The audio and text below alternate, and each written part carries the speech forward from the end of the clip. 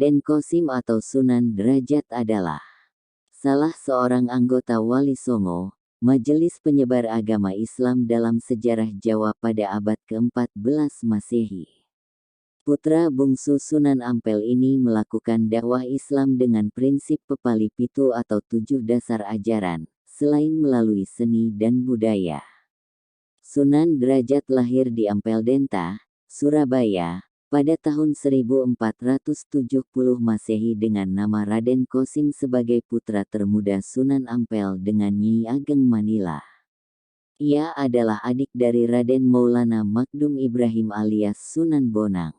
Selain Raden Kosim, Sunan Derajat memiliki banyak nama atau julukan lainnya, seperti Masaih Munat, Raden Syarifuddin, Maulana Hashim, Pangeran Kadrajat, atau Sunan Mayang Madu.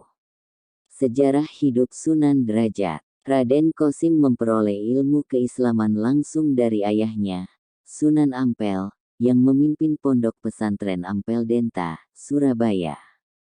Setelah beranjak remaja, Raden Kosim merantau ke Cirebon untuk berguru kepada Sunan Gunung Jati. Di Cirebon, Raden Kosim menikahi putri Sunan Gunung Jati yang bernama Dewi Sufiyah.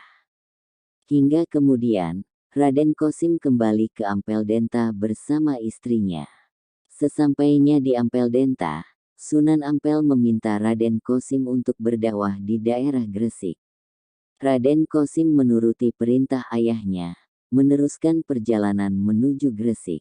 Ia menetap di desa Banjarwati dan disambut baik oleh sesepuh kampung yang bernama Kiai Mayang Madu dan Mbah Banjar. Di desa Banjarwati, Raden Kosim dinikahkan dengan putri Kiai Mayang Madu yang bernama Nyai Kemuning. Di wilayah yang bernama Jelak, daerah yang memiliki medan lebih tinggi dari tempat lainnya di desa Banjarwati, Raden Kosim mendirikan surau dan mengajar penduduk setempat. Kendati tergolong bangsawan, ia amat dekat dengan rakyat. Jiwa sosialnya tinggi serta mengutamakan kesejahteraan penduduk. Agus Sunyoto dalam Atlas Wali Songo tahun 2016 menjelaskan bahwa ajaran Islam yang didakwahkan Raden Kosim menekankan pada etos kerja keras dan empati berupa kedermawanan, sikap tenggang rasa, saling peduli, pengentasan kemiskinan, gotong royong, dan solidaritas sosial.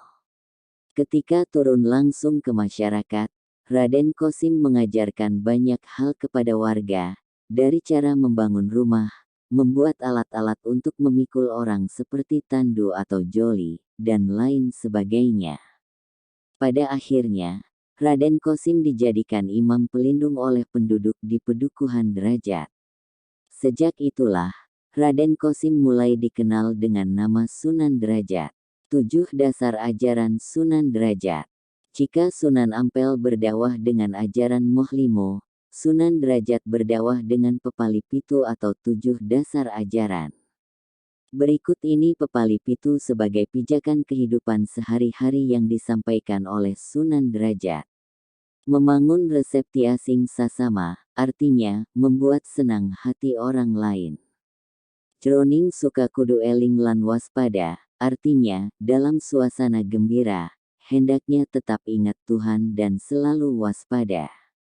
Laksitaning subrata tan nyipa marang pringga bayaning lampah, artinya, dalam mencapai cita-cita luhur, jangan menghiraukan halangan dan rintangan. Meper hardaning pancadriya. Senantiasa berjuang untuk menekan hawa nafsu duniawi. Heneng hening henung, artinya, dalam diam akan dicapai keheningan, dalam hening akan dicapai jalan kebebasan mulia. Mulia guna panca waktu, artinya pencapaian kemuliaan lahir batin dicapai dengan menjalani salat 5 waktu. Menehono teken marang wong kang wuto. Menehono mangan marang wong kang luwe. Menehono busana marang wong kang wuda. Menehono pangiyup marang wong kang kaudanan, artinya, berikan tongkat kepada orang buta. Berikan makan kepada orang lapar. Berikan pakaian kepada orang tak berpakaian. Berikan tempat berteduh kepada orang kehujanan. Berdakwah lewat seni budaya. Sebagaimana ulama Wali Songo lainnya yang berdakwah lewat seni dan budaya, Sunan Derajat juga mahir menggubah sejumlah tembang. Tembang terkenal yang diubahnya adalah tembang tengahan Macapat Pangkur, untuk menyampaikan ajaran falsafah kehidupan kepada masyarakat.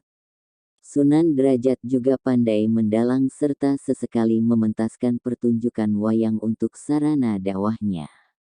Peninggalan Sunan Derajat yang masih disimpan hingga sekarang adalah seperangkat gamelan yang disebut singomengkok, serta benda-benda seni lainnya.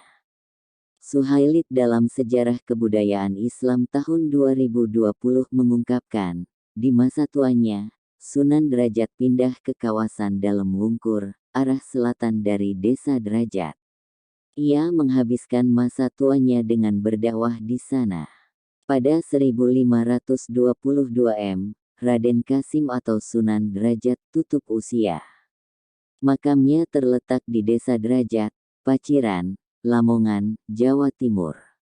Terima kasih.